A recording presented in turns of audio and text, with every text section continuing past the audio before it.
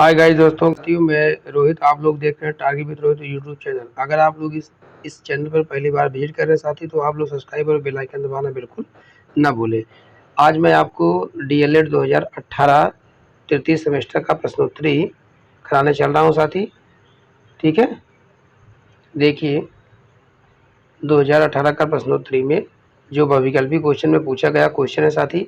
देखिए वस्तुनिष्ठ प्रश्न में क्या है कि घड़े में रखा पानी किस विधि के द्वारा ठंडा हो जाता है। तो कौन सी विधि के द्वारा ठंडा होता है घड़े का पानी?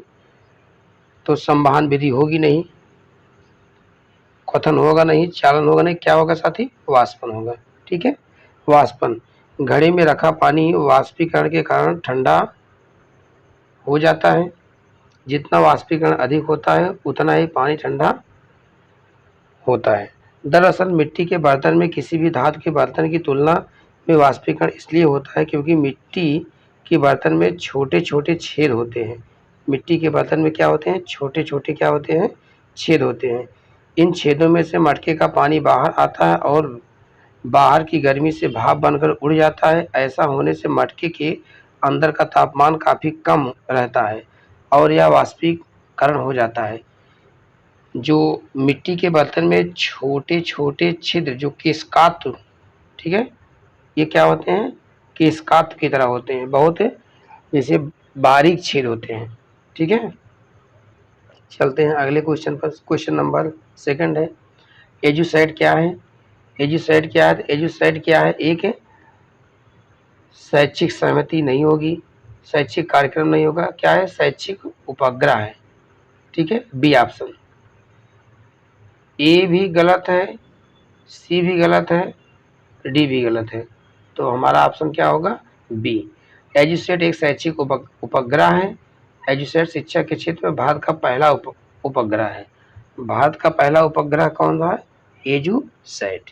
ठीक है, पत्ती में पाया जाने वाला रंध्र स्थित होता है। अगला क्वेश्चन, पत्ती में पाया जाने वाला रंध्र स्थित होता है तो ऊपरी सतह पर नहीं होगा, निचली सतह पर। किस पर? निचली सतह पर। डंठल पर नहीं होगा, पर्णाधार पर नहीं होगा। पत्ती में पाया जाने वाला रंध्र निचली सतह पर स्थित होता है जिनके माध्यम से पौधे कार्बन डाइऑक्साइड का फार्मूला क्या होगा? CO2। क्या होगा? CO2 ग्रहण करते हैं और ऑक्सीजन क्या करते हैं? मुक्त करते हैं। ठीक है साथी, अगला क्वेश्चन है क्वेश्चन नंबर 4। दाब अधिक होता है। दाब क्या होता है? अधिक होता है। तो दाब बैठने पर अधिक होता है कि एक पैर से खड़े होने पर? तो एक पैर से क्या होगा? एक पैर से खड़े होने पर, यह ऑप्शन सही होगा। ठीक है, एक पैर से खड़े होने पर। दो पैर से खड़े होने पर ये भी गलत है, लेटने पर ये भी गलत है, पहला बैठने से ये भी गलत है। तो एक पैर पर खड़े होने पर दाब क्या होता है? अधिक होता है क्योंकि एक पैर का क्षेत्रफल कम होता है। ठीक है, दाब का फार्मूला, दाब बराबर होता है बल बटे क्षेत्रफल। दाब बराबर क्या होता है? बल बटे क्षेत्रफल। ठीक है साथी, इतना आपको यह क्वेश्चन जरूर समझ में आया होगा। अब पांचवा क्वेश्चन है। पांचवा क्वेश्चन में क्या है कि निम्नलिखित में से किसमें कार्बन नहीं पाया जाता है? तो कार्बन किस में नहीं पाया जाता है? रोटी में कार्बन पाया जाता है, चीनी में भी कार्बन पाया जाता है, कोयले में भी पाया जाता है, लेकिन नमक में नहीं पाया जाता। क्योंकि भैया पूछा है कि नहीं नहीं पाया जाता है, तो यह ऑप्शन जो है ए बी डी में कार्बन पाया जाता है लेकिन नमक में नहीं पाया जाता है। यही ऑप्शन हमारा क्या है? सी ऑप्शन सही होगा। ठीक है, इसका ऑप्शन नंबर सी सही होगा। ठीक है साथी, चलते हैं। कार्बन में नमक नहीं पाया जाता है। नमक का रासायनिक सूत्र क्या होता है? NaCl होता है। ठीक है, यह NaCl मतलब सोडियम क्लोराइड। क्या है? Sodium sodium chloride. ठीक है, सोडियम क्लोराइड। नमक एक क्या है? अकार्बनिक यौगिक है। नमक कैसा है? यौगिक है। नमक जो है अकार्बनिक यौगिक है। ठीक है, चलते हैं अतिलघुत्तरीय प्रश्न पर। अतिलघुत्तरीय प्रश्न क्या है? रेगिस्तान का जहाज किसे कहते हैं? तो रेगिस्तान का जहाज ऊंट को कहा जाता है। ऊंट को रेगिस्तान का जहाज कहा जाता है क्योंकि ऊंट के पैर क्या होते हैं, गद्दीदार होते हैं, जिससे ऊँट को चलने और दौड़ने में क्या होती है, आसानी होती है। ऊँट से सवारी करने से साथ ही आप भारवाहक का क्या करते हैं, कार्य भी कर सकते हैं। ऊँट लंबे समय तक बिना पानी के जीवित रह सकता है, बिना पानी के जीवित रह सकता है। चलिए क्वेश्चन नंबर हमारा है 7वां। क्वेश्चन नंबर 7वां क्या है, जीवाणुओं से प्राप्त होने वाली 2 प्रतिजैविक एंटीबायोटिक दवाओं के नाम बताना है। एंटीबायोटिक दवाओं के नाम क्या है, देखिए जीवाणु से प्राप्त होने वाले 2 प्रतिजैविक दवाएं पेनिसिलिन और एरिथ्रोमाइसिन है। प्रतिजैविक दवाएं जो शरीर को नुकसान पहुंचाए बिना किसी शरीर में जीवों को मारने में सक्षम है। इनका प्रयोग सर्जरी के दौरान संक्रमण को रोकने से लेकर के कीमोथेरेपी के दौर से गुजर रहे कैंसर रोगियों की सुरक्षा तक के लिए क्या होती है, किया जाता है। ठीक है साथी, अगला क्वेश्चन हमारा है क्वेश्चन नंबर 8 है, आदर्श रक्तदाब कितना होता है। रक्तदाब मापक यंत्र का नाम लिखिए।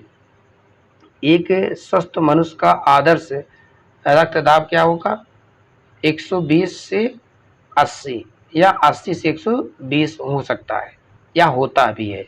यही हमारा क्या है, आदर्श बीपी का जो है एक रक्तदाब का मानक है। ठीक है, जहां पर 120 प्रकुंचन पाठ्यांक है और 80 अनुशीतलक को दर्शाता है, मतलब मिनिमम 80 मैक्सिमम 120। तो रक्तदाब मापने की इकाई को mmHg पारे का मिलीमीटर रक्तदाब मापने के यंत्र को स्फैग्नोमीटर कहा जाता है। क्या बोला जाता है, स्फैग्नोमैनोमीटर बोला जाता है। ठीक है, स्फैग्नोमैनोमीटर बोला जाता है रक्तदाब मापने का यह यंत्र है।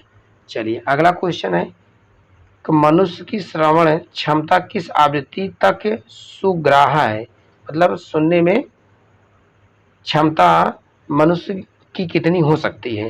तो मनुष्य की श्रवण क्षमता 20 हर्ट्ज से 20,000 हर्ट्ज तक सुनने के लिए एक अच्छा माना जाता है। श्रवण प्रक्रिया की सहायता के लिए 3 मांसपेशियों का उपयोग करते हैं। आवृत्ति का एसआई मात्रक क्या है, हर्ट्ज। औसत वयस्कों में ऊपरी सीमा 15 से 17 किलो हर्ट्ज के करीब होती है। ठीक है साथियों, 15 से 17 किलो हर्ट्ज के इसके करीब होती है। चलते हैं आपके नेक्स्ट 10वां क्वेश्चन है, क्या कारण है कि किसी गुब्बारे को उसमें वायु से हल्की गैस भरकर छोड़ने पर वह ऊपर उठने लगता है। तो जब गुब्बारे में वायु से हल्की गैस भरी जाती है तो गुब्बारा ऊपर उड़ने लगता है। गुब्बारा में ज़्यादातर हीलियम, कौन सी गैस, हीलियम गैस भरी जाती है। हीलियम गैस वायु से क्या होती है, हल्की होती है। वायु से क्या होती है, हल्की होती है helium gas. Helium gas noble gas का क्या गुण रखती है। ठीक है, हीलियम गैस नोबेल गैस का क्या रखती है, गुण रखती है। उसकी प्रॉपर्टी नोबेल गैस को मिलती है, हीलियम गैस को। ठीक है, चलते हैं अगले क्वेश्चन पर। अगला क्वेश्चन है क्वेश्चन नंबर 11।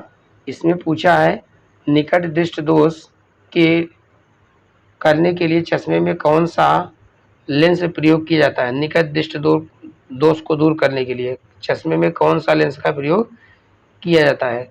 निकट दृष्टि दोष में नेत्र का दूर बिंदु अनंत से कम दूरी पर ही होता है। आंख में इस निकट दृष्टि दोष के कारण व्यक्ति को निकट की वस्तु क्या होती है, दिखाई देती है, और दूर की वस्तु नहीं दिखाई देती है।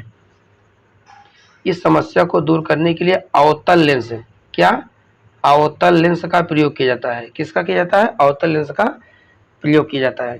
ठीक है साथी, आज आपको यहीं तक जो है इस 2018 के जो क्वेश्चन विज्ञान में पूछा गया है, बहुविकल्पीय क्वेश्चन और अतिलघुत्तरीय क्वेश्चन करवा दिए हैं। साथी आप लोग अपने दोस्तों को ज़्यादा से ज़्यादा जोड़ने का प्रयास कीजिए, और आप लोग की परीक्षा हो सकता है कि संभवतः अक्टूबर के मिड तक होने की संभावना प्रबल है।